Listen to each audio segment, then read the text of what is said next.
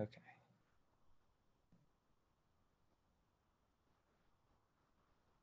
So the higher order functions here.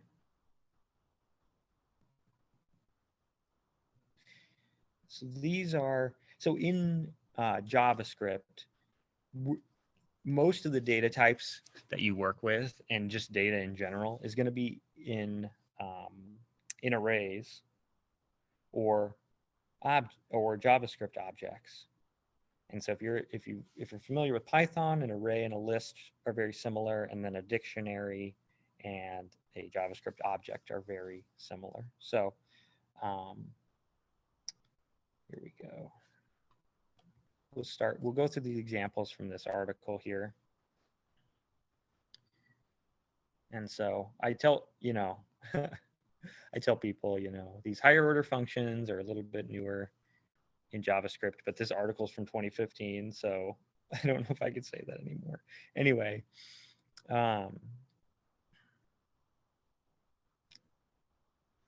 what this is doing is it is either manipulating or working with a bunch of the same type of values. And so normally you could just write the method yourself. So for example, the first one here is mapping.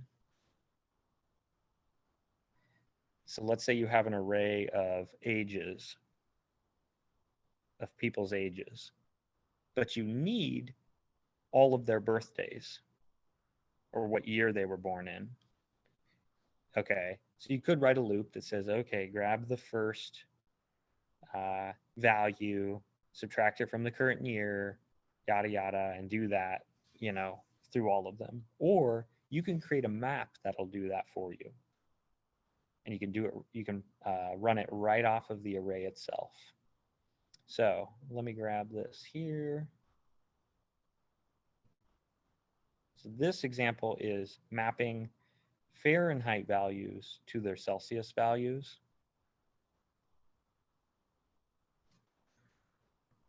I thought I had a replit extension. See, that would be awesome if there was just an extension. I mean, we could make it where you just click replit and you can type, create a new JavaScript. Oh, you know what? We can also work.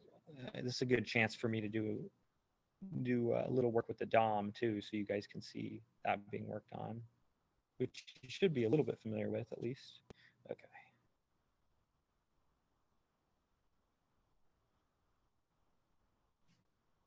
This is ITT 071. When I post the video, I'll post the link to this too. I'll post it in the chat for you guys too. Okay, so higher order functions example from video.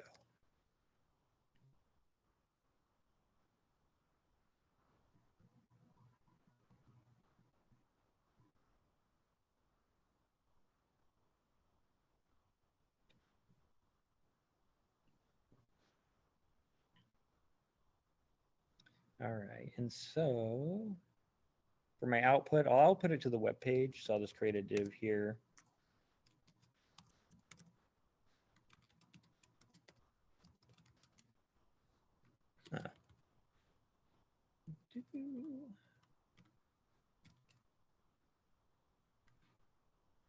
And so I'll put my code in here.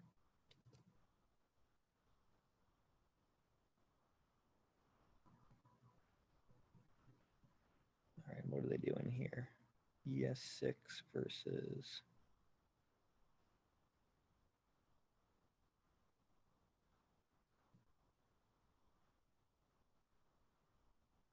so they've got the two forms.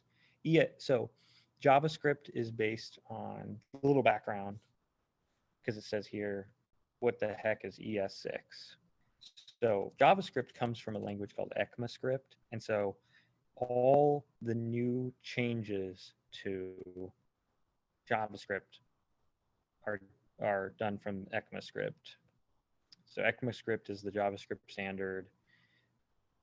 So whatever version they're on, they're adding new things and changing the language to make it more efficient. But then it takes a while for those to get those ideas to become ready to actually be implemented on the web. So I think let's just go ahead and print this on the page. So if I do document.get element by ID output, and then we want to change the inner text. Actually, we'll do inner HTML. We'll set that to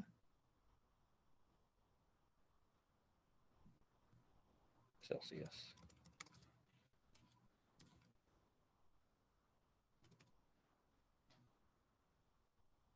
And my grammar extension likes to try to grammatically check my code, which is annoying. Okay, so now on the web page, it's showing the values here. Okay.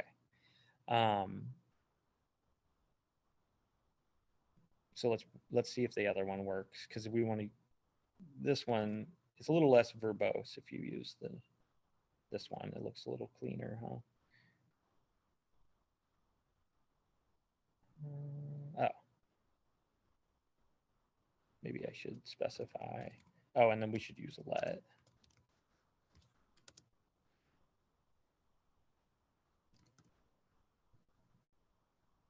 You can tell this is from 2015. Line 8. Maybe I should put that. Okay. So yeah, we'll use the ES6 version here. All right, and then I'm going to move that over so we can see the actual code here. And then there's a button up here, format code. Looks like it's happy with the way things are. Okay, so let's break this down, because understanding any statement or command in programming, you can't just look at this line here and know what it's going to do. You got to think about order of operations. So if we break this down, it's a lot easier to understand. So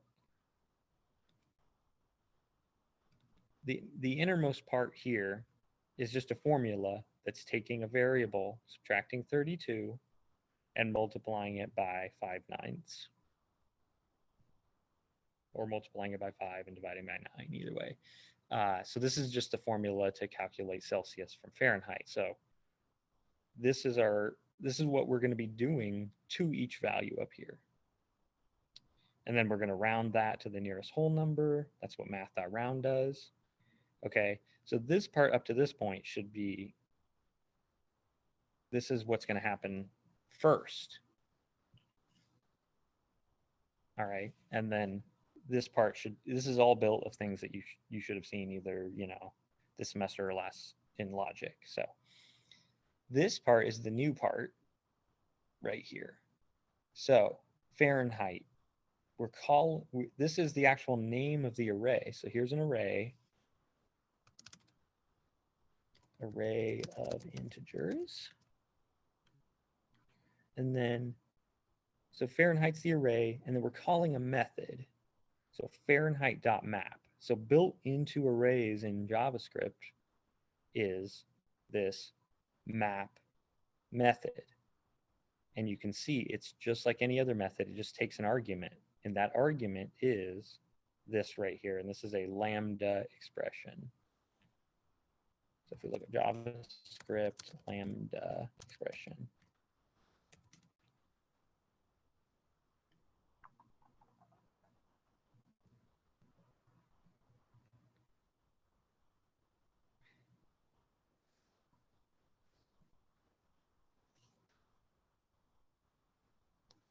All right, so here, it makes a function something you can assign to a variable. Right. And then this symbol here, when you see anything in JavaScript, actually, if you ever see something you don't know what it is, go to Google, right? It doesn't matter if it's programming or anything, just Google it. It is a base, place to start. You can ask me too, but if I'm not available, definitely check Google. Anyway, so what is this? So this is an arrow function expression.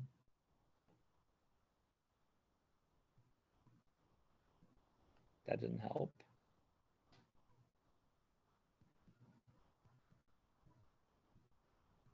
They're anonymous functions. What that means is it doesn't have a name, and we're going to store it in a variable. Okay. And it only exists. It's just like a variable in a method. It only exists within the scope. So this function, this is just code of a function. We're saying we're going to run that on whatever a variable is. We're declaring a variable called lm. And so we can call this, we can rename this to make it a little bit more, have it make a little bit more sense. We'll call this our Fahrenheit value.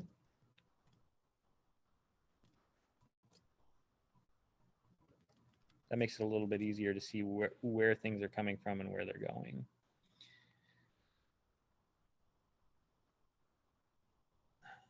It's much harder to read code when it wraps around. Okay, I hope you guys can still see that.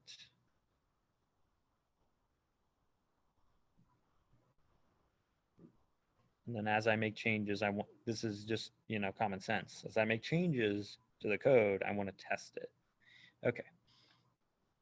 So this is saying create a variable called Fahrenheit value. It's almost like a for each loop. It's going to pull every value out of Fahrenheit array one at a time and feed it into this is our function. So it's going to, the result of this is going to be a new array. So this is going to create a new array called Celsius. And the result is going to be this array, but each element is ran through this function right here. Okay, so the output over here in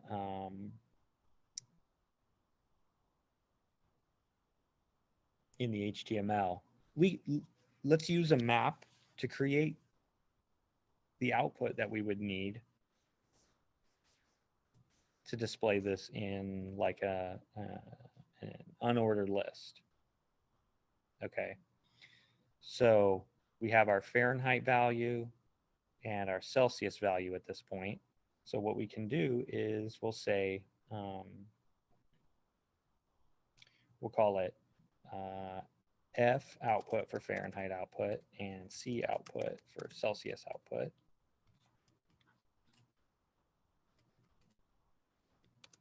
So what I'm going to do is I'm going to map the values from here into strings that will be the elements that I want to show up on the web page. All right, so I take the array Fahrenheit.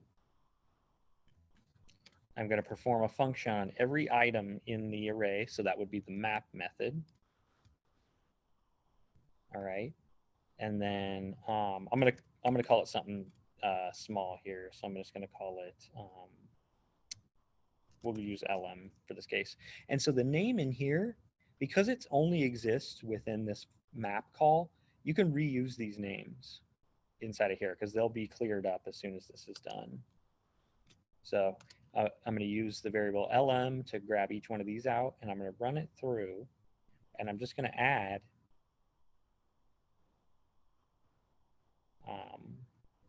the actual HTML code here to it. And I'm going to use a template string.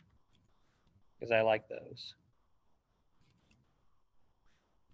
So if you're not familiar with those, use a tick mark, and that allows you to put variables right in your code.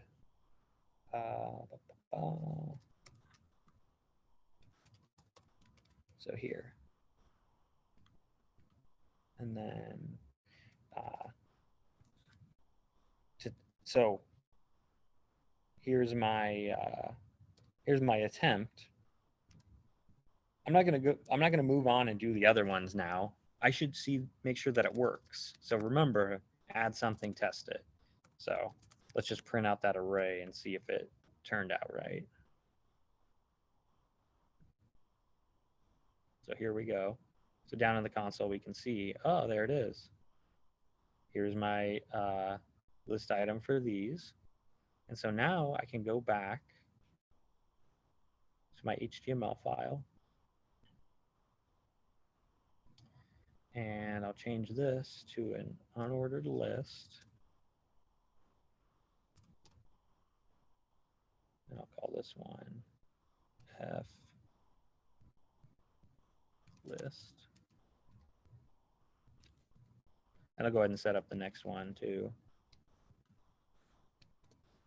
for C list. And then I can just put a little header here. You know, it would be cooler if these were side by side. Let's waste a little time and put in a little table here.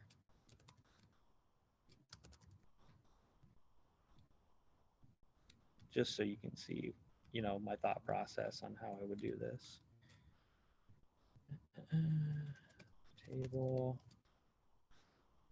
I should watch the screen while I type. Okay. Is this going to help me or no?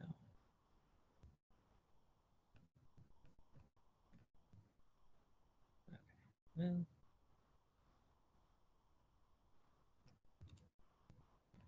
follow proper indentation. You want to get in the habit of following proper indentation because you will be judged by it. You will 100%.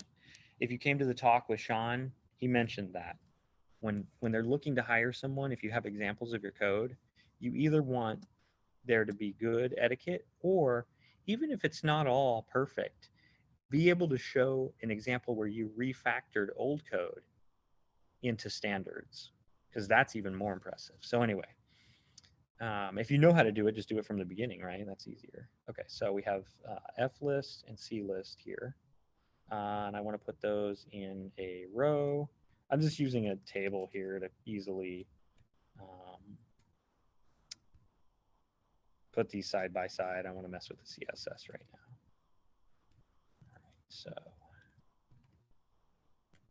it's going to be a nested nightmare here, right? Okay, so first column. Okay, this feature, if I just type the name of it, doesn't always work. They change replit too much. Okay, anyway. We want the first unordered list in the first column. So we'll put it in the opening TD tag, and we'll put the closing one here.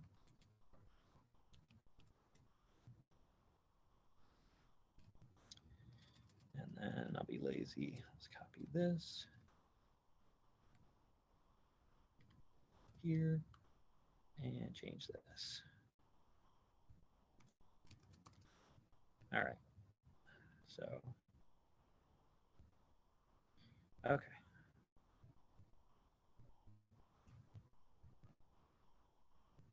So we don't want to do this anymore because that output element doesn't exist. And we don't want to put it to, well, so when you're working on a web page like this, and you want to just see some values, you can always console.log. It's good. Sometimes when things aren't working, just print out your variables and see what they actually are. You see, I actually printed out the values here just so I could see if it was working. I didn't have to implement the whole thing. Okay, so we can keep the output, the console log output for now. Well, I'll just keep it, but I'll comment it out. Okay, so in the F list element, I want to stick my f output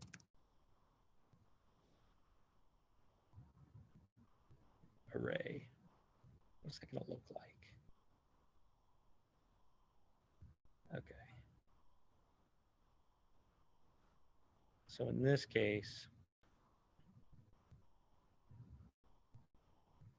I think there's a way you can collapse the array. I don't want those commas in there, right?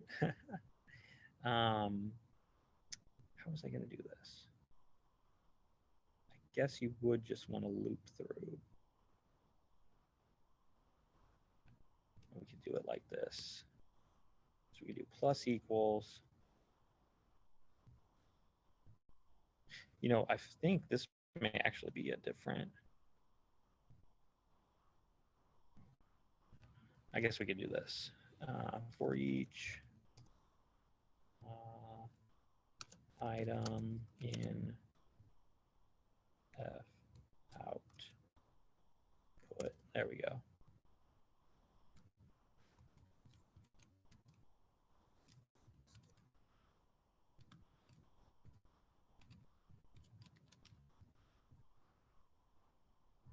Item. So this is going to go through every item in the list or every item in the array and just run this command. So we want to do a plus equals on there. So it'll keep adding each one onto the end of the list. That should give us our list. If I remember to open and close things properly.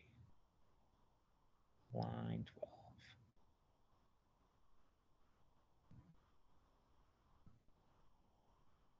Oh. Gotta remember what language I'm in.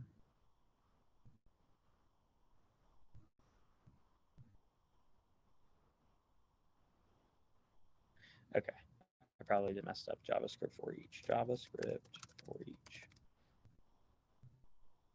There's no shame in having to look up syntax. Oh, capital E. Duh. I have to do that a lot. Yeah, I still have to do it. Until you're like doing this 8 hours a day nonstop. And I don't mean that in like it's a torture kind of way. It's, you know, it's like meditating almost. But until then, you just look it up. There's absolutely no shame in that. Okay.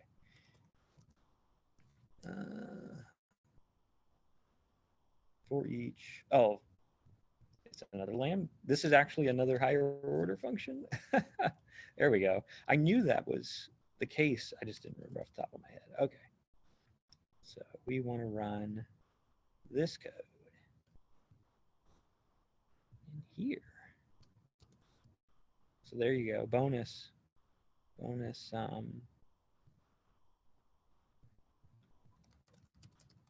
higher order function. Okay. And it's nice because it puts it all on one line. The only downside is when you look at this, if you don't know what you're looking at, it's like, what is that? All right, now what did I do wrong? Okay, for each element, oh, I called it item. Got to make sure that everything matches. Okay. Oh, F output, right. That's the one that actually has the elements I built. Okay, there we go.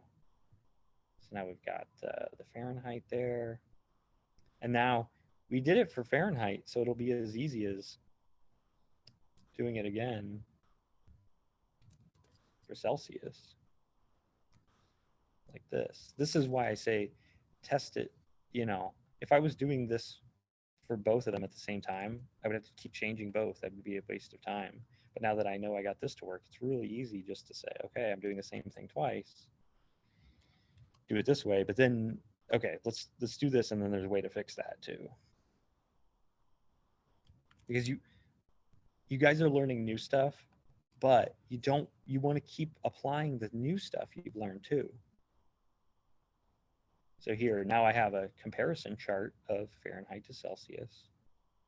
And I'll just be a little bit lazy here.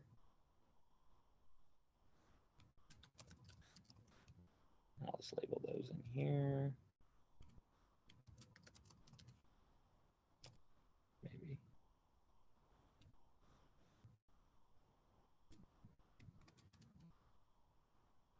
script. Let's really try to help me on this one. There we go.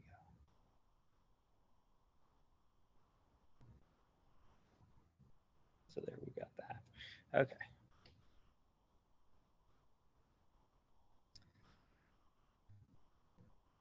Okay. So the last thing I want to show you. So that's kind of the basic use of a one of the higher order functions here. Uh, now I just want to show you. So as a developer or a programmer, this should bother. The thing about this that should bother you is I'm doing this thing twice, and I'm doing this twice. So how what if I wanted to convert? How many different measurements of temperature are there? What if I wanted to do all of them? What if there were 100 ways to measure temperature where you could compare? I'm not going to type out all 100, right? So in that case, you can create a function to do this for you. And so let's see. I'm just kind of spitballing here, so this might take some turns here. So let's do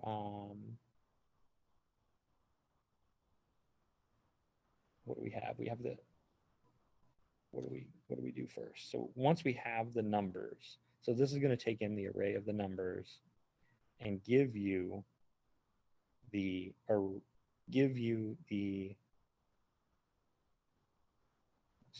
basically the string of the finished list items. So we'll call it listify numbers.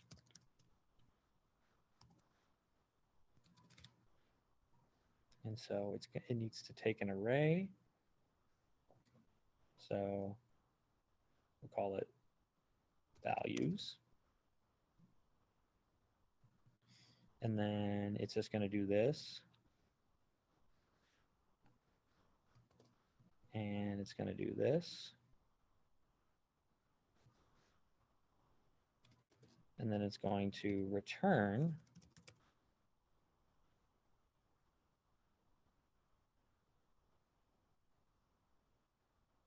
I'm going to store this in a string. So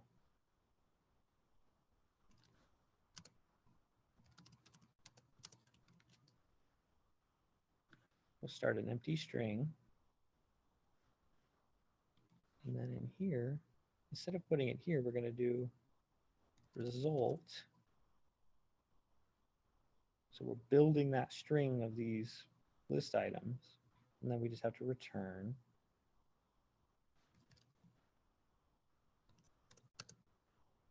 that result here. And now let's test it first.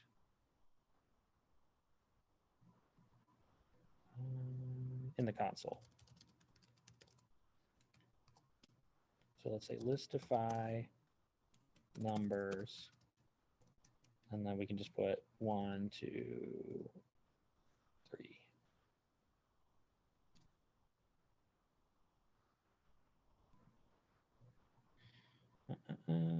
Oh, whoops, derp. This should be values. And this needs to also be,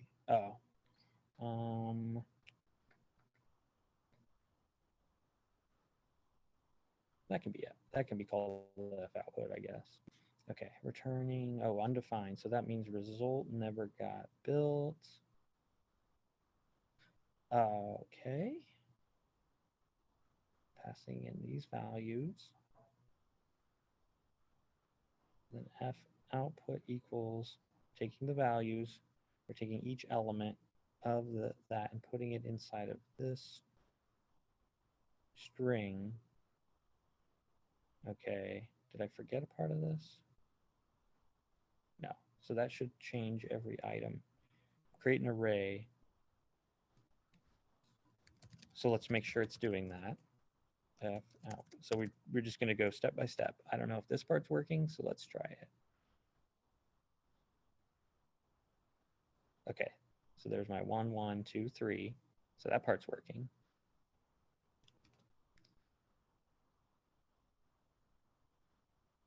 Oh.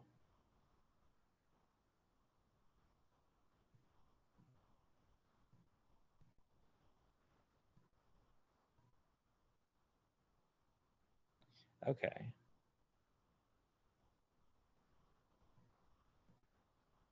So we want to return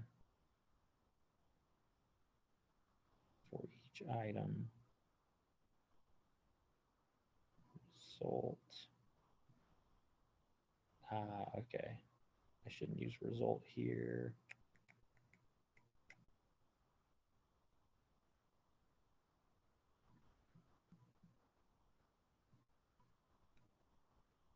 I think I got this flipped around. Okay, so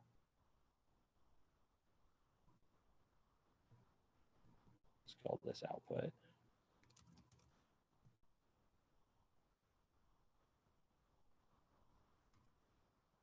Okay, because this is going to return what?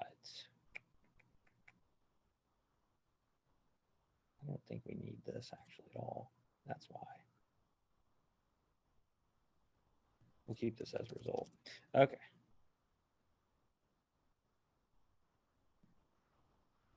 Okay, there it is. Okay, so this actually is referencing this local variable here. So what we're saying is go through, this is saying go through each item in our F output that we built here. And each item, so each string we're going to pull out and stick it on the end of this string, which starts as empty string. And so that gives us that. And so now what we can do is change this. We don't need these anymore.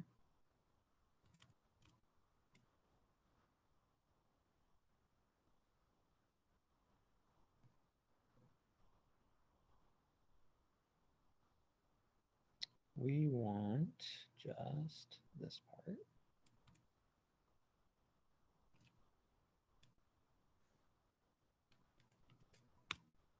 And that will be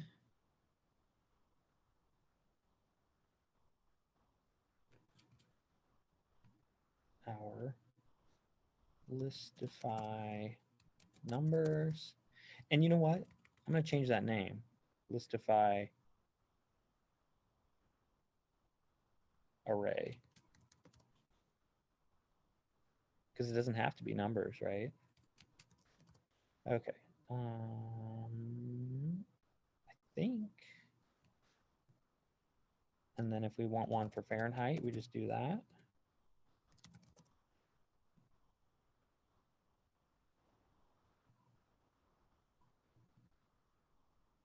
Line 15. Oh, just an extra there. Listify array is not defined. Oh, I didn't actually change the name of the function here.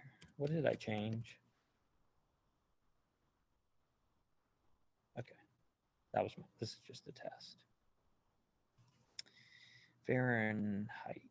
Did I spell it wrong? Line 15. Fahrenheit. Oh, there's no GHT, or no GH in Fahrenheit. Derp. That's a weird word. Is that German or something? Okay, so now we can just simply do this. And we can convert any array into going on the page. So we don't have to do so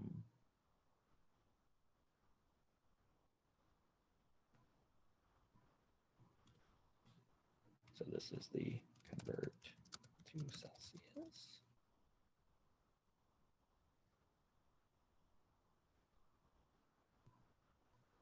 All right, and then for some reason the Celsius one isn't working. Oh, because we're outputting it to the wrong list.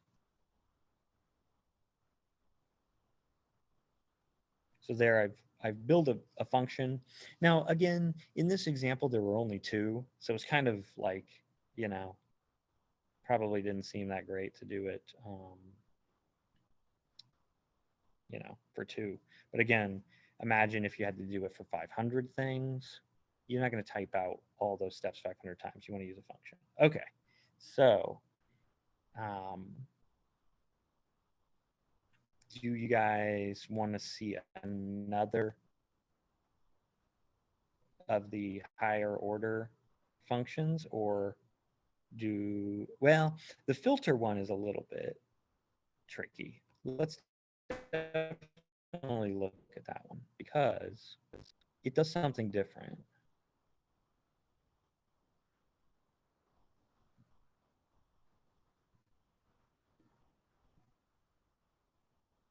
So we'll grab the ES6 version here because we're in the future. And then we'll do this.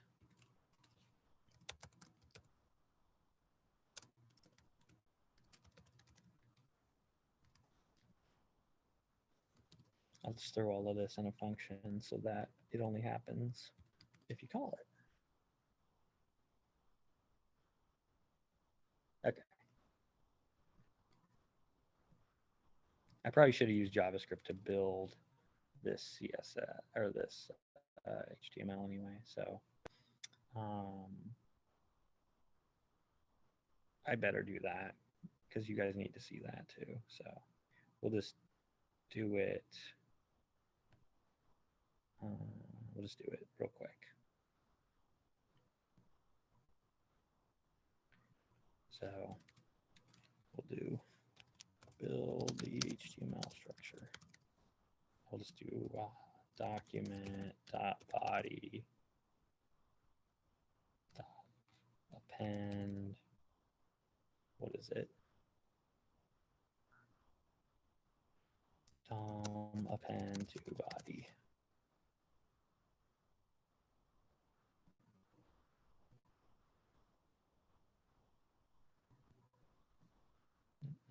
I should be building the node, but I might just take the shortcut and just throw, because we have the actual text. I wonder if I could just do it that way. Document.body.enter HTML equals go pink. I think in this case, we may want to use single quotes because we use double quotes inside of it.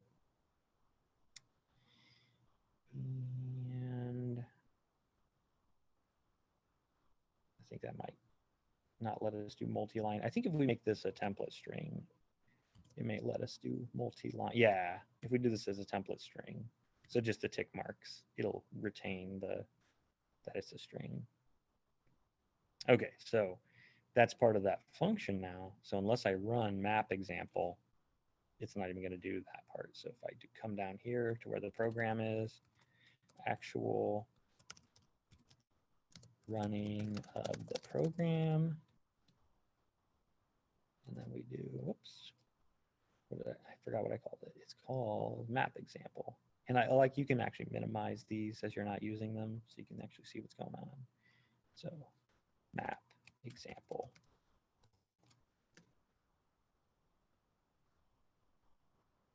And so now it'll run that code in that function. But since I want to do a different example, I'll just comment this part out. And we will look at the next example, which we want to see a filter.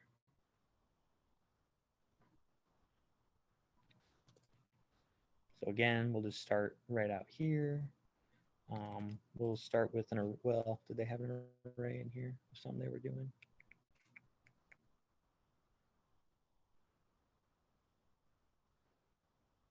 Oh yeah, the filter example doesn't have, do they have a better filter example? I don't think they have that in here. So I'm glad I missed one. I remember when I looked at this one,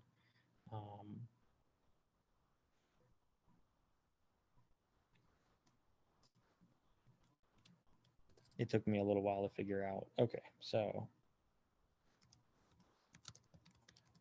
we'll just make our own array here. Actually, they have this one, so let's use this one.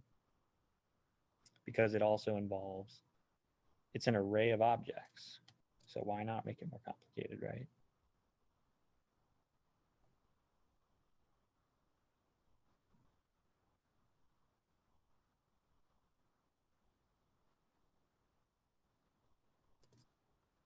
Okay, so we'll call this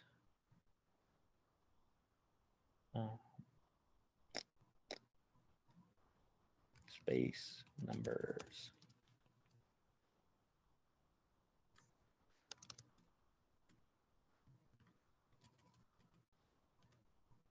All right. And then, you could put this all on one line, but you can see how if I organize it in this way, I can see, okay, this is an array because I can see the square brackets. These are objects because they're surrounded with curly braces. And remember, inside of an object, you have uh, property value pairs, just like in CSS. So you might recognize this looks a little bit like CSS, right? It's just property value pairs. You'll see this in dictionaries and objects. Um, so each one of these objects has a country property with different values and has a launches value or launches property with different values, and they're separated by a comma. So I could say this object has country of Russia and launches of 32. And then this comma is saying, okay, now there's multiple there's multiple objects in this space numbers array. All right. And so with a filter, what we're doing is we're creating an array only taking values that match our filter. So if we want to filter our space numbers array and we want to use filter, it defines 3 variables.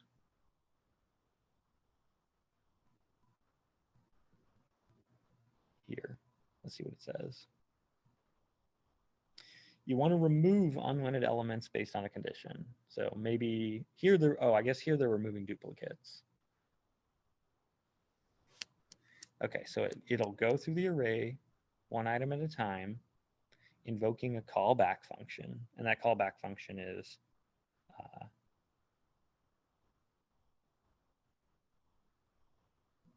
they're doing this here, where they're saying if the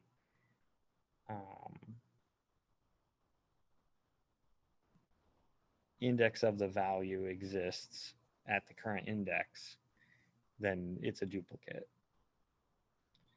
So this one's a little bit more confusing. We'll just do a simple one. Okay, the return value will be true or false. Okay. After all elements have been traversed, filter returns a new array with all elements that return true. Okay. So what are they doing with that array?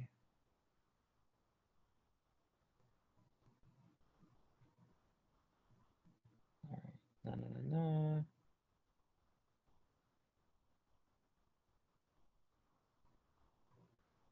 Return. So this is going to return true or false. So this is our check. So we're checking true or false.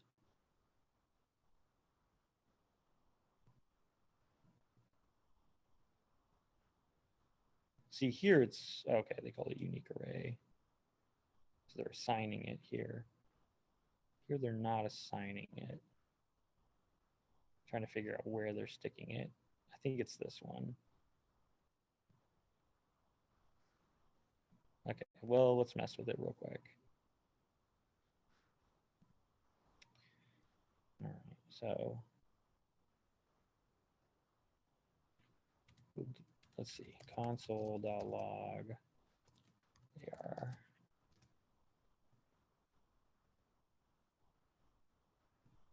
Okay, so it's not that. We do space numbers.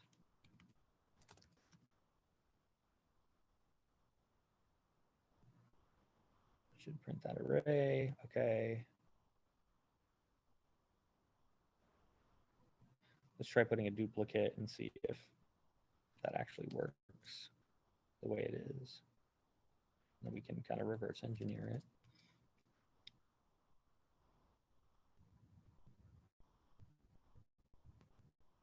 Okay, nope, that's still in there. Okay.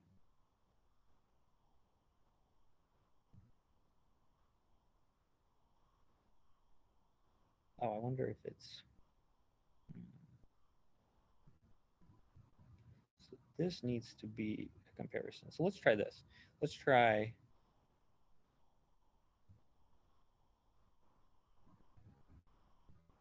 they have these three values. Here's the element one at a time. This must be a reference to the array. And they must need that to check the index of. So let's just try.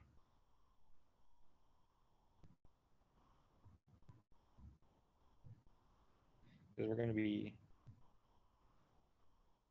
filtering. We want, let's try LM. So the items, so the item is an object, so we can access the value. So let's say launches. So let's do the ones that are less than 8. Let's see if that, what this does.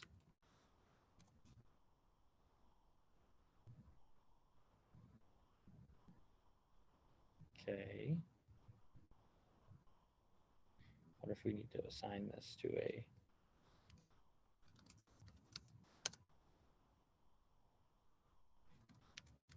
how does it output the new array? Okay. So it just needed to be assigned to use that array. So for the filter, this is creating a new array. So I guess I should actually define this, right? Okay. So we're taking this array up here and we say, okay, for whatever purpose, we only want the output to include the objects where the launches are less than 8. All right. And so I wonder if I even need this variable here.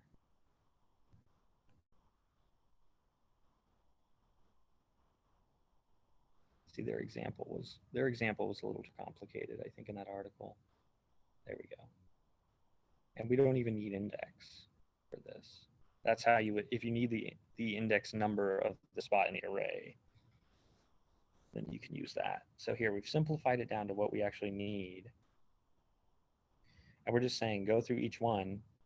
If this evaluates to true, put it in the new array. If it doesn't, don't put it in. It's that simple. And since we created this other function,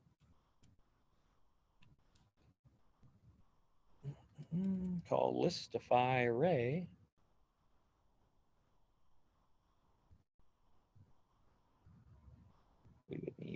we can just take one of these here. We could actually convert this to a function too. But we won't worry about that for this right now. And so we'll just do one row. Actually, no, we'll do original, and we'll do filtered. We'll call this OList and FList for filtered. Original and filtered. And then we can use our function listify array.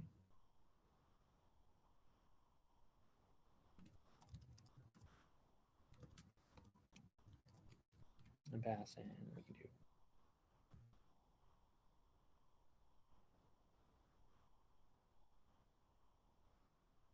We also need these parts at the bottom that put it in to there. So this could all be made into a function. Because like I said, this is something you need to keep track of. In my mind, I'm like, I'm gonna I'm going to repeat this code again in another function, slap my hand. I'm repeating myself, defeating the purpose of writing a program. I It's burning me not to put that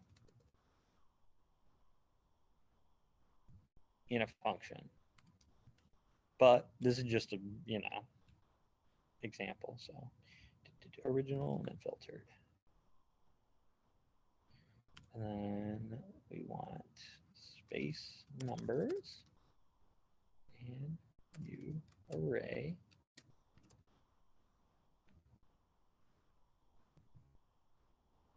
Okay. One problem with this is it's not getting the values. So let's do, because these are objects. So what we can do is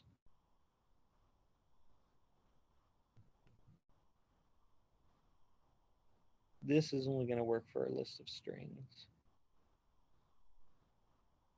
So why don't we use this map? Where is it? Here it is. All we have to do is we can map these arrays from arrays of objects into arrays of strings.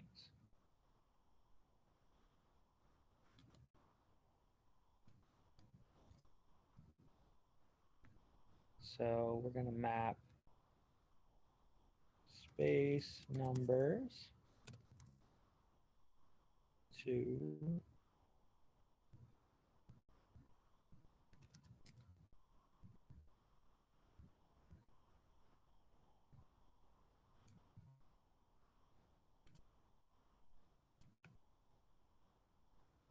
we'll call this space numbers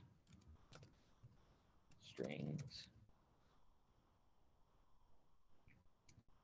Okay, so we're going to map. So for each element, we're just going to make a string, and it is going to be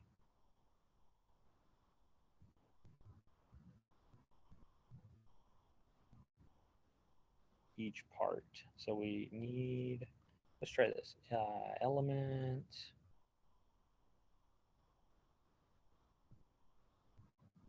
Let's see.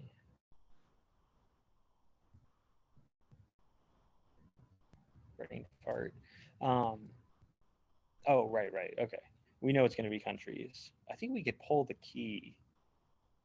I kind of wish we could pull the key, but in the interest of time, we'll just do it this way. So country, and then we need to grab the first value out of the object. So that will be lm.country. So remember, where we are right now, we're inside the space. This is inside the space numbers array. An element here, we've defined element. That's each row here, each object. So each LM is one of these. And so we can say, for every item, I want you to create a string to put in the new array. It's going to say country colon space, and then grab the string out of that country, the variable for that property. So that's going to put Russia for the first one, and then we can also put we'll put launches right next to it for now, and then that would be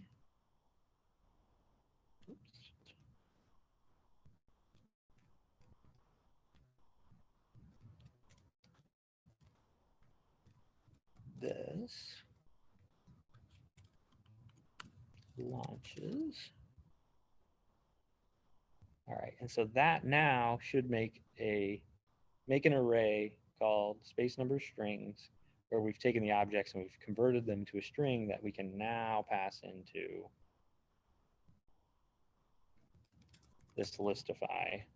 So we're not seeing object, but we should be seeing the values. Look at that. Isn't that great?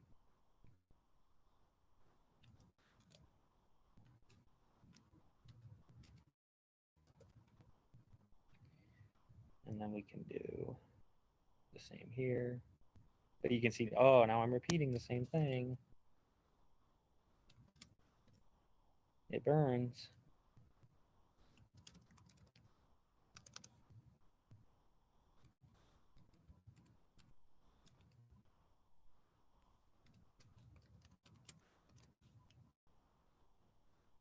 It hurts me to do this. I need to build a function so I'm not repeating myself. Okay, so that should help a little bit. I'm gonna stop the recording here, and then I'll answer any questions that you might have.